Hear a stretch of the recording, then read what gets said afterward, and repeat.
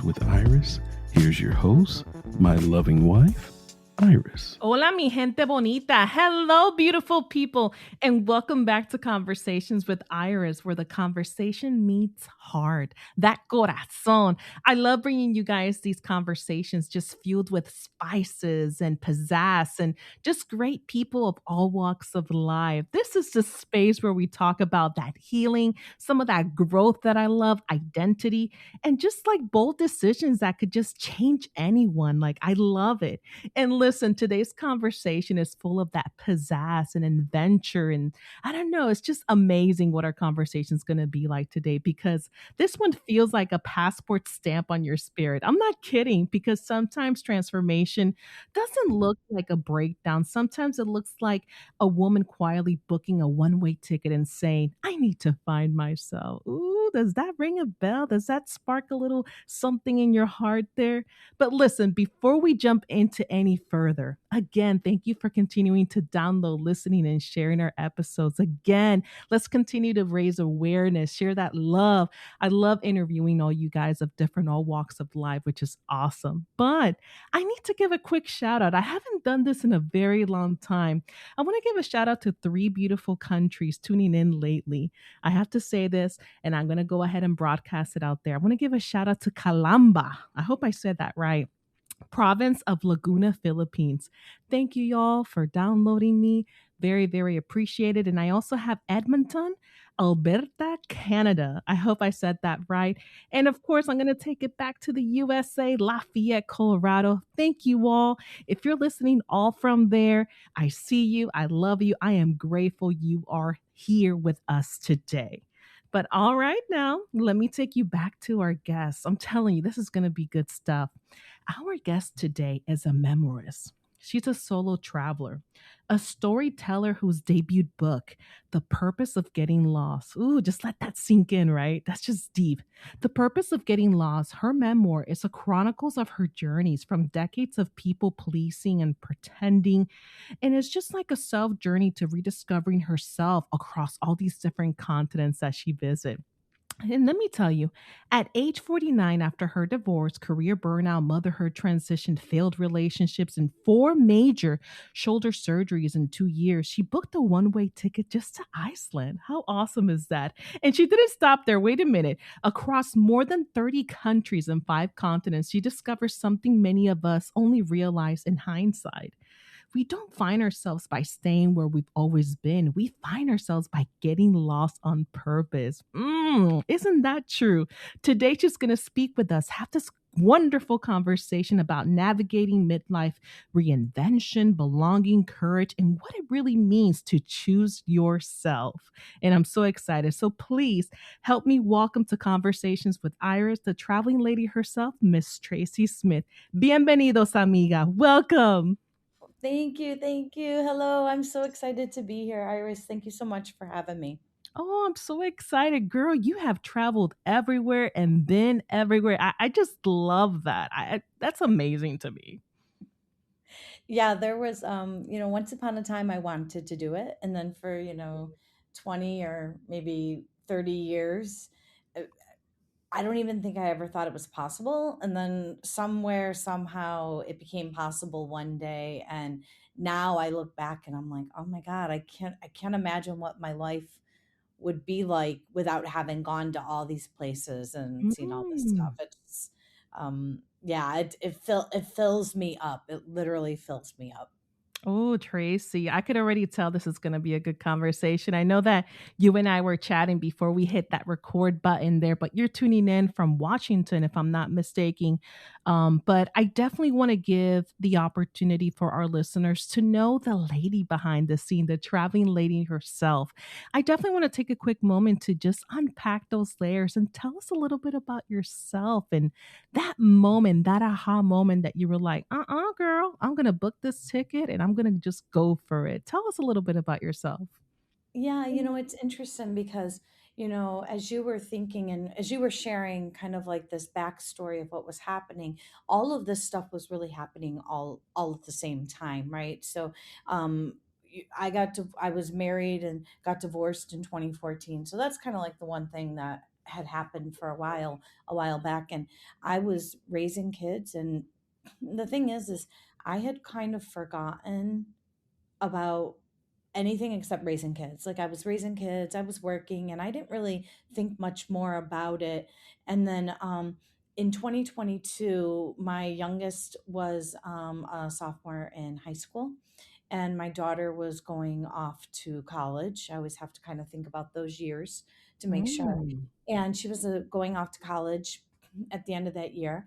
And I had some friends. I was out at a bar restaurant one night, and they're like, "We're going to Ireland," and I was like, "What do you mean you're going to Mm. Ireland? I want to go." Like, I mean, Oh, cool. I must have shouted out in minutes of being like, "I want to go," and so I just invited myself on this trip with two girlfriends who they were going as part of a larger group, and I was within like 10 minutes. I had my airfare booked. I don't even know. I didn't even know if I was going to be able to go, but I was Oh like, my I'm God, going. that's amazing. Yeah, so for me, it was like kind of like this first, like, oh my God, like I want to go. It's like all of a sudden I realized something. So, Mm. um, excuse me. So about 6 months down the road, I am now getting ready for my trip, and I start kind of like thinking and hearing and talking to people about going to some of these other places. And the next thing you know, I'm changing my whole trip. I'm adding on another place to go. Oh, It wow. gets even crazier because then you're like, well, where does this one way flight to Iceland come in? Because what happened was so now I'm ready. I'm going to Norway and Copenhagen, and then I'm meeting friends to go to Ireland. But about 10 days before I'm ready to leave for Norway and Copenhagen to leave for this trip, I get like a Facebook message. I don't know, I get something on Facebook, and it's like Iceland. And next thing Ooh. you know, I'm booking a flight to Iceland. Ah, look And at that. Oh my yeah, forget God. about all these other flights because I had flights Yeah. everywhere. I had plans everywhere. And I was like, well, I'm going to go to Iceland first. So that's kind of how it all started, right? Like Okay. that was my aha moment of like my friends are going, and then I slowly built up, and then one day I was like I'm going to Iceland too. And then from that point on, that was like September of 22, and it didn't stop. It like the need, I then I started feeling like a need. It went from kind of like, oh, hey, I want to do this, Mm. to becoming like, oh my God, I have to do this. And Yeah. so that's it. I don't know. And the next thing you know, it was like 30 odd countries. I think I'm up to like 34 or something like that. And so that's how it all just uh, ballooned. It's weird. Wow. Wow. I love that. And again, I wanted to clarify because you had mentioned Ireland and I was like, oh my God, did I get the country right? So I'm so No, glad that you said you made the change of heart to change it to Iceland. How freaking amazing is that? I I know. mean, Well, and I oh, went to Ireland. It was just kind of like I went in this really weird way because all of a sudden I was like, what was supposed to be an 8 day group trip, like my first time kind of traveling, going as mhm. part of a group only for 8 days, my first time transatlantic, all of a sudden becomes a 3 week, two of it completely as a solo traveler, and then meeting up with the group in Ireland afterwards. So I did it completely backwards. Ooh, oh my God. And I love that, and I love that, but you also shared that for years. I mean, taking this back before this journey happened, you didn't fully feel like you belonged. Not in your marriage, not in your work, not even in the roles that you were supposed to have that defined you, like as a mom and all that stuff. But Hmm. what did that actually feel like internally before the book, like booking the trips and all of that? What did that feel like? I Was it mean, loud? it felt like, I mean, it felt like you wake up every day and you just stay so busy that you don't give yourself a chance to feel what it feels like.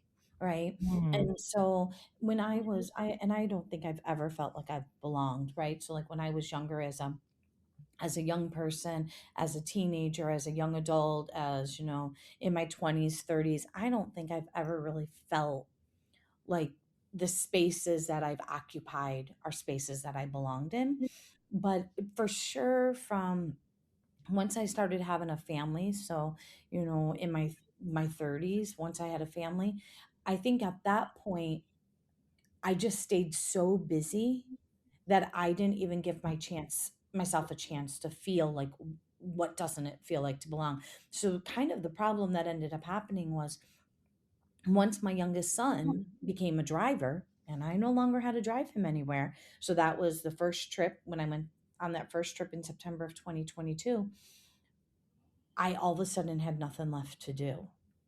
Wow. Right. So now I'm forced to slow down, and I'm forced to reckon with, Tracy, you don't belong, and now I have to feel it for the first time in, 30, 40 years. I now have to feel like, man, this doesn't feel good. And so the way I dealt with it was, normally I would have dealt with it by throwing myself into work. That's what I did when the kids were younger, driving Mhm. them, working. I was getting my doctorate at some point. So, like, all those things were ways to keep me busy. But those things all became done. And it was like, now what?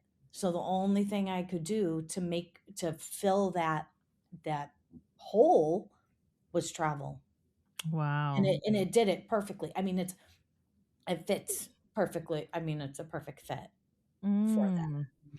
And I remember you mentioned that it's not that you you had to do it, but you needed this, right? It's like it had to happen. Mhm. When you booked a trip, you mentioned that it was supposed to be Ireland, 8 days, was it, or 7 It was days? 8 days in Ireland with like 20 people. Okay, and then the other additional 2 weeks that you have, it was supposed to be a solo trip. But Mhm. when you were booking those trips solo, did you feel brave? That were you like, "I gotta do this." Did you feel ready to just go for it? What was going inside of your heart? I mean, the truth is, Iris, like, I was like, I don't think I was like, "Of course I can do this," right? Like, I was like, "I can do this. Of course I can do this. Why not? What's so hard Yeah. about doing this?" And so I was booking the trips, and like, to be like completely transparent, like when I booked Norway and Copenhagen, like, I didn't really know where I was booking. Like, I was just kind of like, well, that's kind of close to Ireland, right? I mean, Mhm. like, I think back to 2022, 4 years ago, and what I didn't know that I now know.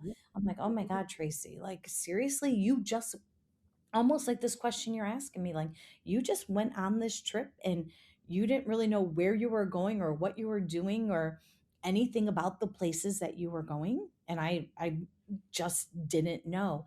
And so I don't know if I necessarily felt brave, because I just kind of felt like, well, doesn't everybody do this? Like, Yeah. like, I mean, I think that was my thought process. Now, when I got into Iceland, sorry, when I got into Iceland on that very first trip, and I was standing in the airport being like, "Oh my God, I don't know where my shuttle is. I'm exhausted because I've been up all night because I'm a terrible sleeper, so I didn't sleep on the flight." I I had my first shoulder surgery, like, I'd had it in April, this was September, so, those 5 months or whatever. So I still had Mhm. some residual pain in my shoulder, and um I, like, was afraid to use my phone. Oh, wow. Because it all, and I guess what you're asking, was I brave? I kind of think I was maybe a little too cocky, right? Because I was like, "It's gonna be fine." I didn't even think about it. Like, I didn't think about maps. I didn't think about how to use my phone. I didn't think about money.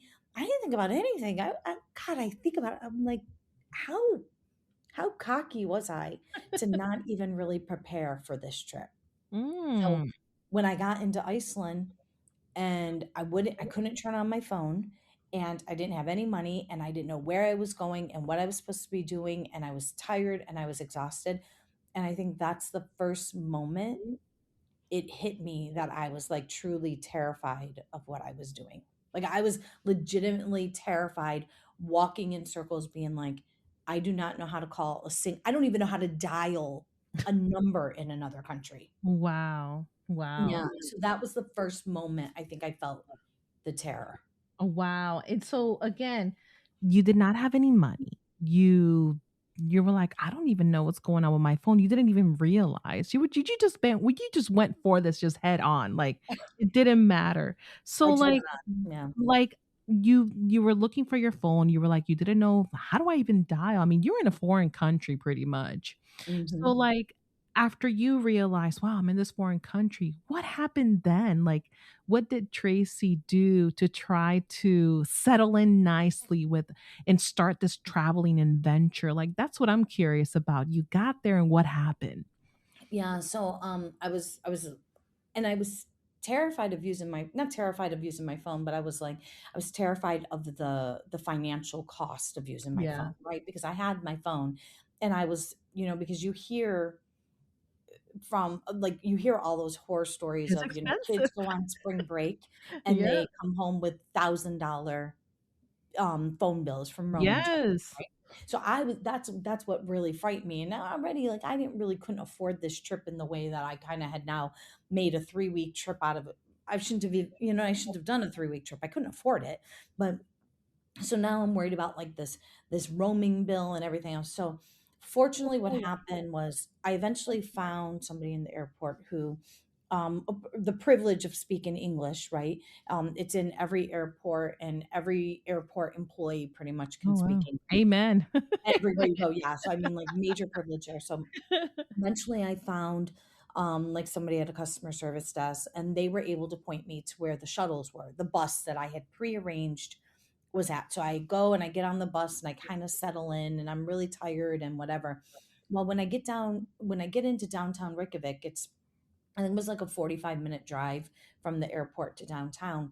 I get in and I get off the bus, and the driver says, "Oh, this is your stop," or whatever, and he kind of points me in the way of the hotel because I say, "Oh, how do I get to the hotel?" Now, mind you, my phone's still no phone, and I didn't I didn't like trade in money, exchange money.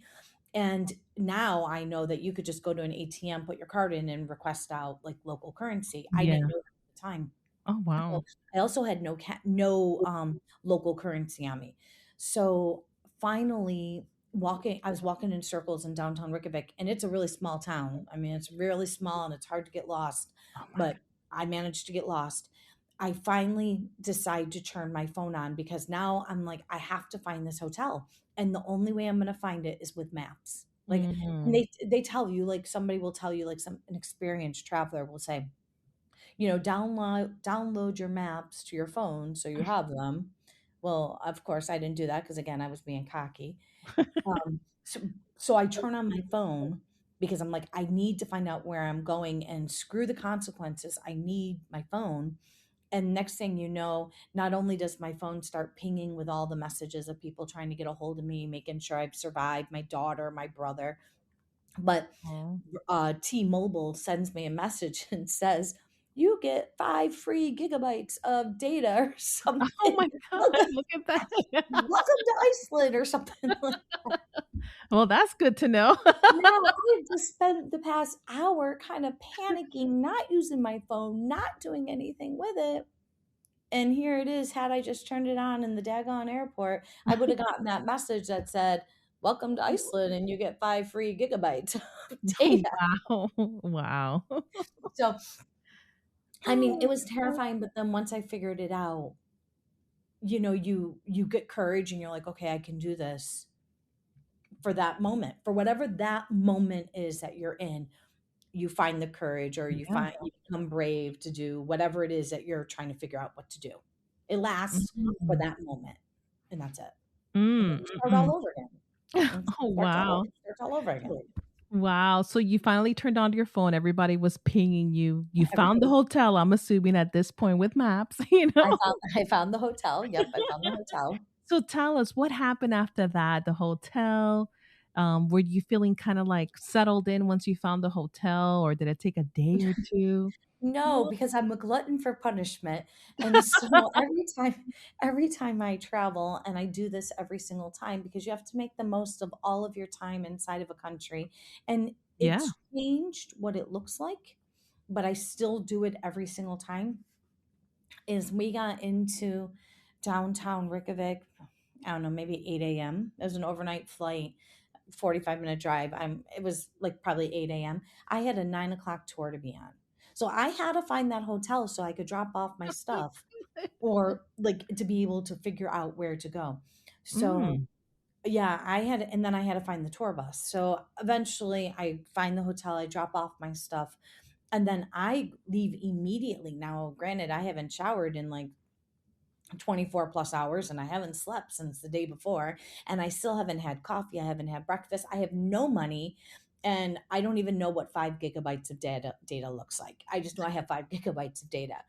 And so I go on this tour and we go to we go to a waterfall and we go to some geysers. We go to Nice. a couple of other places and everything's really, really cool. But the reality is I was really, really tired. Wow. And I think I had so much going on. I didn't really even know what I had going on. So I Mm. really loved what I was doing, but I also think I was a little overwhelmed. Like I can look back at what was happening that day and I can take myself back to how I was feeling. And I can know that like I was a little overwhelmed with Mm. the entire experience Really? Was in it that the moment. overwhelmness feeling about like, what you were going through, like back at home? You were a people pleaser. I mean, navigating a divorce, the motherhood transition, that burnout. I mean, was it that? Was it the exhaustion, or what was that overwhelming feeling like? No, I don't think I had time I don't think I have time when I'm on those trips to feel, and it's Mhm. not even that I don't have time. It's like something happens, like when I travel, and it's been really strange because I've been trying to kind of write about this. I've been thinking about this and trying to write about this separately with some other work. And trying to understand like what is it about when I travel that makes me feel different, right? Like, Mm. and my kids ask me, my kids will be like, my son says, "Mom, are you addicted to this? You must be addicted." And every time I go on a trip, my kids are like, "What are you doing? Why are you doing this?" I went and rode a motorbike in West Africa in November, and like, "Mom, what are you doing? Like, what is the point?" And so I've been really trying to tussle with it. And the only thing that I can come up with is when I'm traveling, and especially now, like every time I learn more, when I'm traveling, I feel alive. And Mm. all of those worries and all of that belonging issues that I have when I'm at home, and all of the anxiety that the job is not the right fit, or that how am I going to pay for something like a bill or whatever, or even like how am I going to talk to the person that's sitting next to me at the restaurant, right? Mm, yeah. Those all go away. And Yeah. so then I'm traveling and I'm sitting in a restaurant, or I'm walking through the market, or I'm doing something, and I don't feel any of that when I'm traveling. I just feel like this is who I'm meant to be. And so it's like it's completely freeing. And that's why I say for me, traveling is not like a want. Like it's not a want at all. It is a need, it's a visceral need, because it feels to me like it's my authentic self coming forward, the self that maybe is too afraid of not fitting in wherever I am at home, Yeah. that doesn't I care love what's that. Yeah. on the road. Yeah, yeah. I love that. It's like I love how you mentioned that you feel alive. And for me, I feel like traveling, and I think maybe that's the parallels that our listeners or some listeners maybe feel like the same way when they travel. Like I feel fearless. Like I don't know, something comes over me and I'm like, yeah, let's go bungee jumping. Yeah, let's do this. It's like you feel fearless. And I tell like on my last trip, I told my husband, I was like, wow, this feels like a major pause button on major life events back at home. Like you don't even think about it. Like you're traveling and you just like you're like in another world, right? Yeah, like it's like, and the thing is like, I tend to tell people, I'm like, you're completely anonymous when you're traveling. Nobody Mhm. knows you. And especially if you're going solo, or if you're in I traditionally don't do group tours, because I kind of prefer to do my own thing when I want to do it. I prefer to kind of move at the speed that I want to move. At But your I own always pace. I always work with a guide. Yeah. I rarely go alone. I always have a guide, but I rarely go on as a member of a group. But so there's something to being able to say, this is my story. And it's not a story that you're changing the facts of the story. It's not like all of a sudden I'm saying, "Oh, I have a doctorate today and back home I really don't have one." I'm Oh, I'm not yeah. doing that. but I'm getting to kind of change like the what that means to me, Mhm. because at home, somebody you might say to somebody, "Oh, I got a doctorate and this is what that doctorate means to me." And then I'm out on the road and I can be like, "Well, this is what it really means to me." And one, they're never going to see me again. So Yeah. it's okay for me to kind of be more vulnerable with them and to really be open up about either the challenges and the struggles that I went through to get it, or to say, "Oh no, like it's awesome. Like I absolutely love it and it was worth every minute of it." But you're never going to see them. So it's Yeah. okay. So it's like you get to kind of create who you are. That's why I say it's like your authentic self comes out because you're not afraid It's like you're a of. different person, right? Yeah. Yeah. Yeah, you're still you, but you just become somebody different because you're not afraid of who that is. Mm. And when you were traveling to all these different places, continents and countries, were you able to take a moment to just take it all in and admire the beauty around you? Like, were you able to sit down and just journal what you saw or help you write that memoir that you wrote? Yeah, so it's interesting because when so the way that I did it is I was I would write in on Facebook my Mm. trips. So I would be like, "Oh, and Oh, at the good. early Yeah. trips they were kind of a little bit more I don't want to say like travel logish, but they might have been a little bit more travel logish. And then as I'm progressing through these 3 years worth of journeys, they become they're becoming much more reflective, right? So like they're changing from me being like, Tracy, and maybe I went to Barcelona and saw like these cathedrals and I got lost a little bit, to I went to Barcelona and what does being lost in Barcelona, what did that mean for me that day, right? So there's this evolution. So then so I have all these Facebook posts. But then the second part of it was when I was getting ready to do the cover for the book, I was talking with Paige, and Paige says, "Well, Tracy, do you have like something that you took with you on every trip?" And I said, I don't really know." And then I realized I was like, "Oh my God, I have this journal. Of course I do." And Nice. so the cover of my book, which is a journal, is the actual journal that I wrote in for the first, maybe the first year and a half, Oh, 2 years cool. worth of trips that I went on, is that journal, and so those are the things I was writing about. So then I went back and I had been looking and kind of like revisiting a lot of that as I was writing and editing and rethinking the book and kind of going through all of it. So but Mm. I absolutely sit down and take time to think.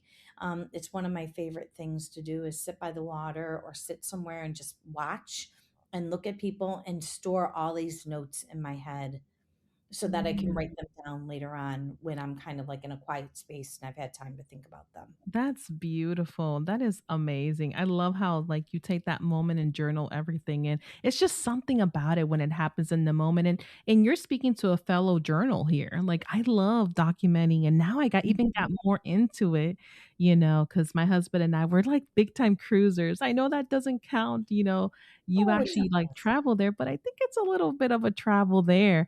So like I lately I've been feeling inspired to the journal everything, journal every journey, every cruise that we go on and make it into like a marriage memoir or something like that. I don't know. So Yeah, and what's even more important, Iris, is if you're journaling, like, you can be thinking about, oh, how does this make me feel? Or like, what was I thinking at that moment?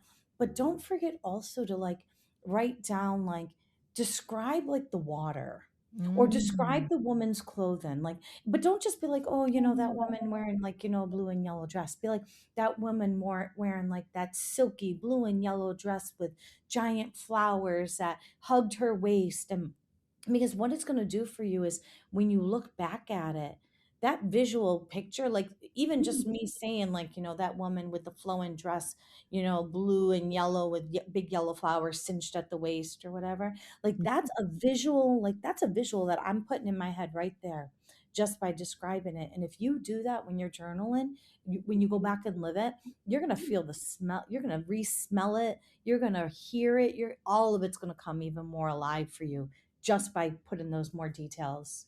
in the journal. Mm.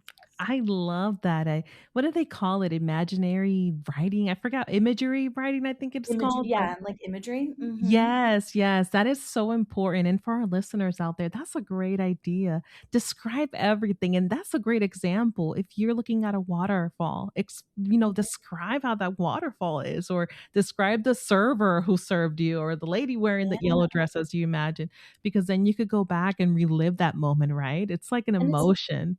So, yeah, it's like taking the moment too, like the moment that stops you.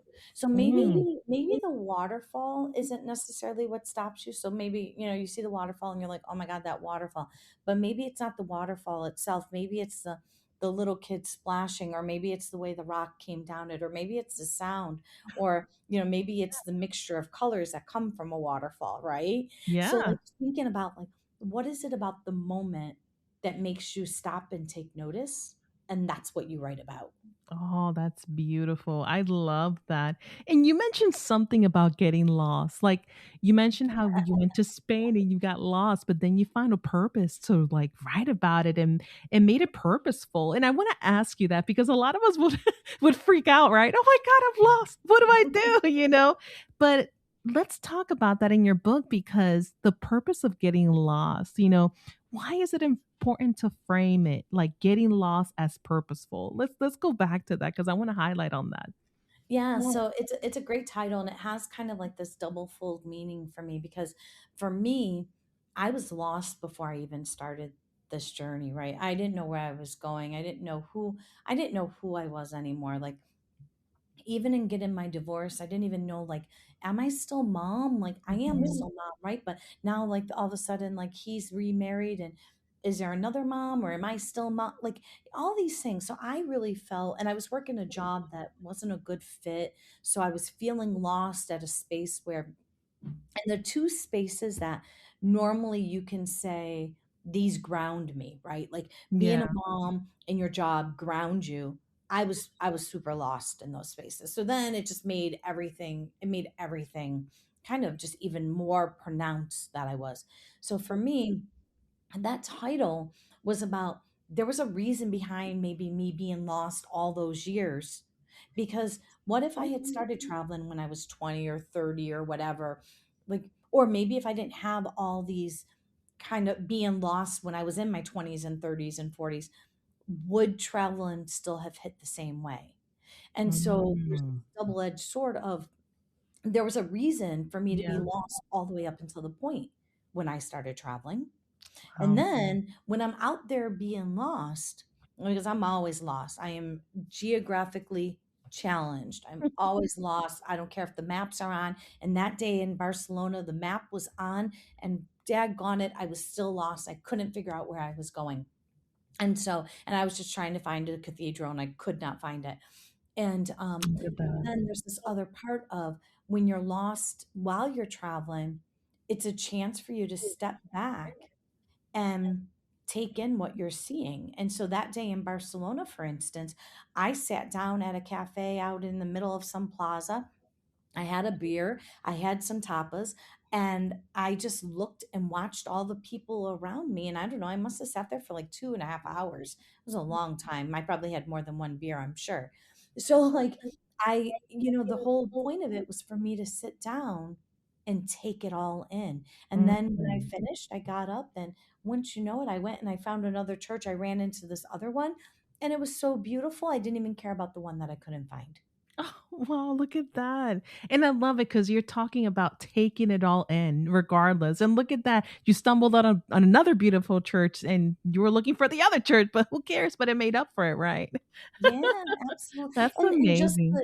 being there in that space Mhm. of just being like, I'm here. I did the same thing in Doha. I was looking for a museum, and I was looking for the bus because I wanted to take public transportation to the museum.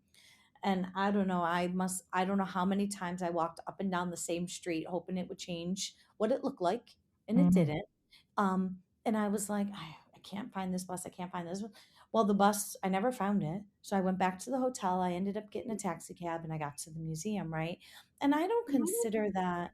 Like for me, I don't consider that a waste of my time. I don't consider that a waste of energy. I wasn't getting upset at not finding the bus. Instead, I was like, Tracy, this is the most ridiculous thing. You're walking up and down the same street probably 20 times. I literally thinking it was going to change, or miraculously some sign was going to be like, here's the bus stop that you're looking for.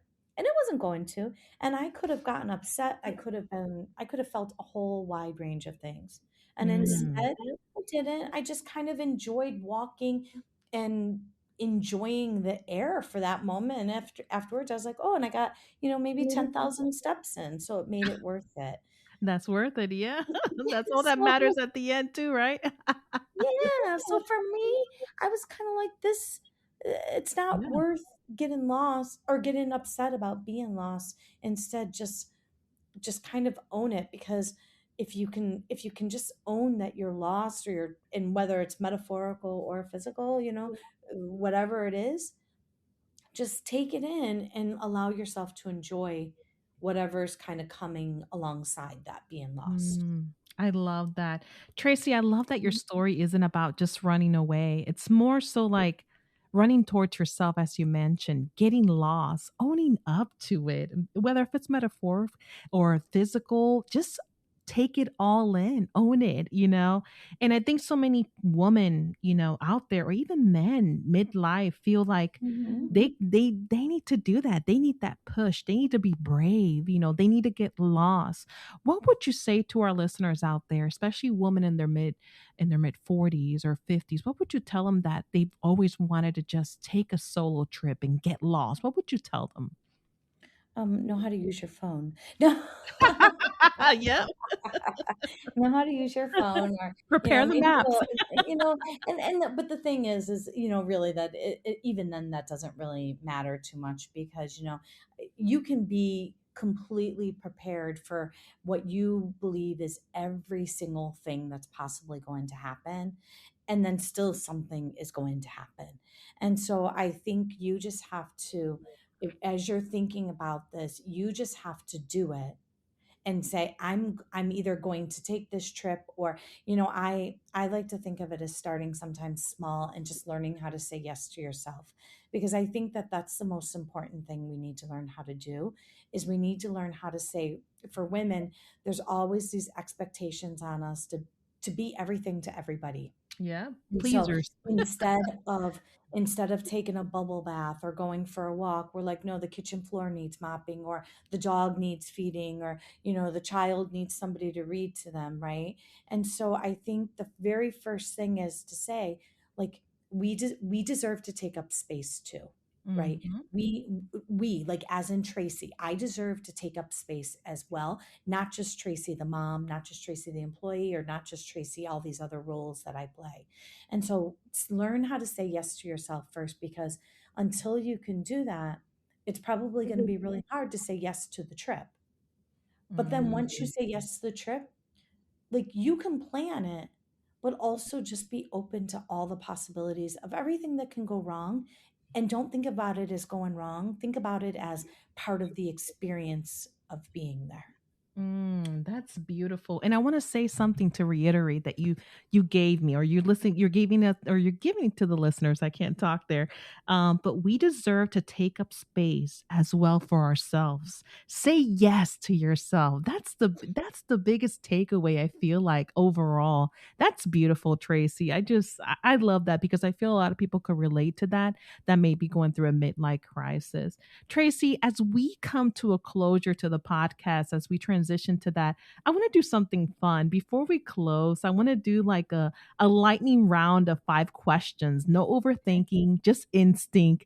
And I think this is fun. So I'm going to ask you 5 questions, and you just give me the first thing that comes through your head. So the first one, a country that changed you forever, but you could only say one. Which one was that? Vietnam. Ooh, can I know why? I just want to know why. Yeah, like the community, the sense of belonging that I have that has come from there. It's been my go back to for I'm going back for my fifth time in April. So I just love it. Oh, Yeah, I oh, and love my it. second question, a place where you felt immediate belonging without earning it. Well, that really would be Vietnam. Ah! That Oh, I gotta know more about Vietnam, but you know excuse me, what? You're not the first person that has mentioned Vietnam. Like, I know a lot of people have like, a soft space for it as well.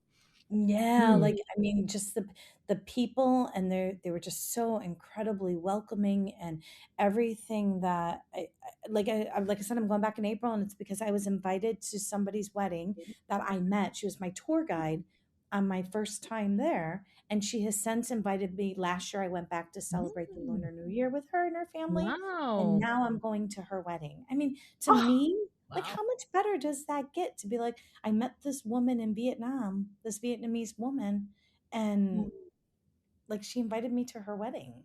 Oh my god, that is Yeah. amazing. That is I'm sure amazing. I mean, she meets tourists every day. That's her job. Yeah, yeah, And but you she did invited me. something. Yeah, there was Mhm. some type of connection there and lasted a Yeah, yeah, lifetime. yeah, That's yeah. So amazing. Vietnam, Oh my automatic acceptance there, oh belonging. my god, and number 3, the emotion that shows up most when you travel alone. This is a big one for our listeners. What emotion would that be? Um, I don't think alive is an emotion, but I feel happy. I mean, but I feel alive. Like if I could think of the right word that describes the feeling of alive, where my like it's like I'm walking on air. That's how I Mm. feel. So I Oh, can I give you a like that. physical of the emotions, a little bit harder to say for me to articulate because I haven't thought about that, but I definitely can give you the physical feeling. It's like I'm walking on air when I'm there, when I'm traveling. Oh, I love that. And what's that one thing you packed emotionally at 49 that you're like, you're never gonna pack again? You were like, bye, I don't want to feel this again. What's that one thing? Um, uh, Putting everybody before myself. Ah, I like that too. We're Yeah, people pleasers, right? We're just please. naturally people pleasers, right? Yeah, for real. And I have absolutely learned and said, I'm just not doing that. And I have learned how to say, this is my time. It's my time to shine. Yeah. And so I know the things that I have to do. And you can better believe if I say yes to you, it's because I mean yes, and not because I'm saying it just because I feel like I have to say it. And finish the sentence. This is the last one. Uh, Getting lost has taught you what? Getting lost has taught me uh, it's taught me how to like it's actually taught me how to slow down. Mm. I'm a mover, right? Like I move. That's kind of my safe space, right? Movement. Mm. That's how I when I feel the safest is I'm moving. And so getting lost has taught me to slow down, and that, like I can be safe in the slowness as well. Yeah. And that's really hard. And the best example, and I know we got to wrap up, but the best example I can give you is that same day I was in Barcelona, the same day I got to Barcelona, and I'd gotten there and I'd been traveling because I'd been in Costa Rica with my daughter, and then I had been in Switzerland, and I headed over to Barcelona. And I remember getting to the hotel and being like, I'm tired, right? And your Yeah. natural inclination, as I told you, is I move and I always book stuff. And that day, I decided not to book anything. I got Oh, to the wow. hotel and I took a nap. And Mm. I might have laid there for like 3 hours. I don't even know how long it was. It was long enough for me to know that it was okay that I was doing it and to feel safe in that. And then finally, and when I say safe, like I was no longer talking myself out of being like, Tracy, you have to go do this. You have to do this. You have to do this. It was like I felt safe with just laying there and enjoying just laying there. And that was Yeah. okay for me. So that's what this has all taught me is it's okay to slow down and you can still be safe. That's beautiful. Tracy, where can our listeners find you and where can they purchase your beautiful memoir, The Purpose of Getting Lost, and follow your traveling adventures? And we're just excited. We want to follow the next chapter of your life. Where can our listeners find you? Yeah, excellent. So on my website, it's Tracy Smith Author, AUTHOR. And so on my website is all about like a project that I'm working on called the Geography of Connection, where I'm trying to explore those everyday moments. Remember, I'm saying those moments that you look for that make you stop. I'm exploring those moments and I write about them and I think about them, and they're pretty consuming for me. So on my website is that there's stuff about my book. My travel adventures are under my travel archive. If you want to hear, any of the other medias and conversations I'm having, everything can be found on that website. An easy way also to find it is if you search for Tracy Travels Everywhere or the Geography Mm. of Connection. Those are all me. It's all going to get you to the same place. They all get to Tracy Smith. Oh, I Um, love that. Tracy and travels everywhere, huh? I love Tracy that. Travels Everywhere. Yeah, it's all, and I think I even put Tracy Travels. So you can put any of them, and you will get to my website. So that's one of the best ways to find out more information about buying the book. The book is also readily available on Barnes and Nobles, Amazon. I think on Google. However, you can buy books through Google. So I know it's readily available at several ebooks and print in purchase and in print from Amazon and Barnes and Nobles. The other place, a really great place to find me, especially if you like the way I write, is to go to my Substack, and that's Tracy Smith PhD.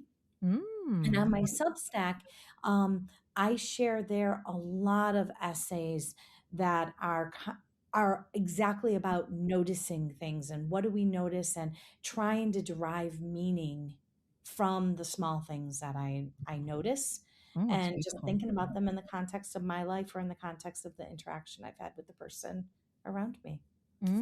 Thank you. I love that. Tracy travels everywhere. You can't get any like easier than that. I love that.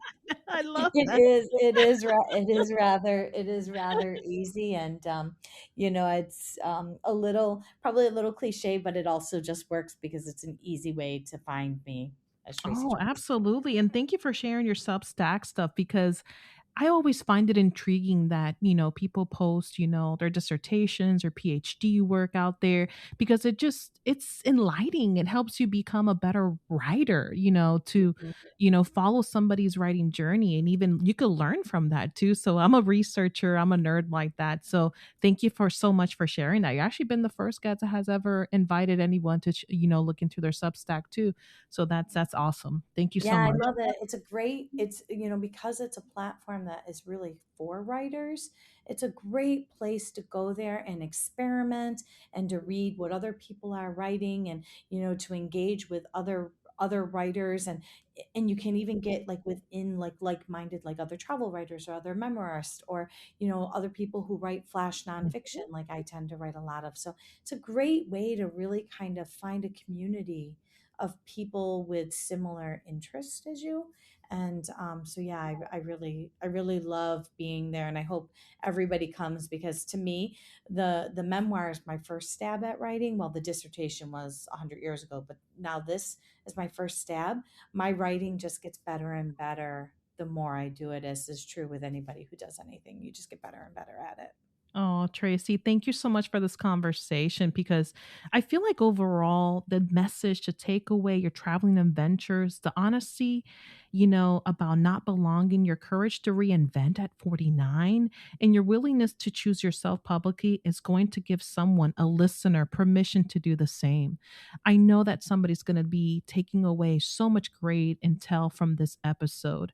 To my beautiful listeners out there, I mean, if this episode spoke to you, share it, send it to a friend who keeps saying, maybe one day I'm going to get up and travel. Maybe one day. Well, today will be your day. And it's okay. And as always, it's just take up for the challenge. And I just want to again to reiterate this beautiful sentence, Tracy, that I just want to share again. We deserve to take up space for ourselves. Remember that. Be open to the possibilities and say yes to yourself. Tracy, thank you so much for joining us today. That was amazing. Thank you, Iris. I loved being here. It was so much fun. Oh, I'm so glad. And to my listeners, con mucho amor, this has been Conversations with Iris, where conversation meets heart. Until next time, adios.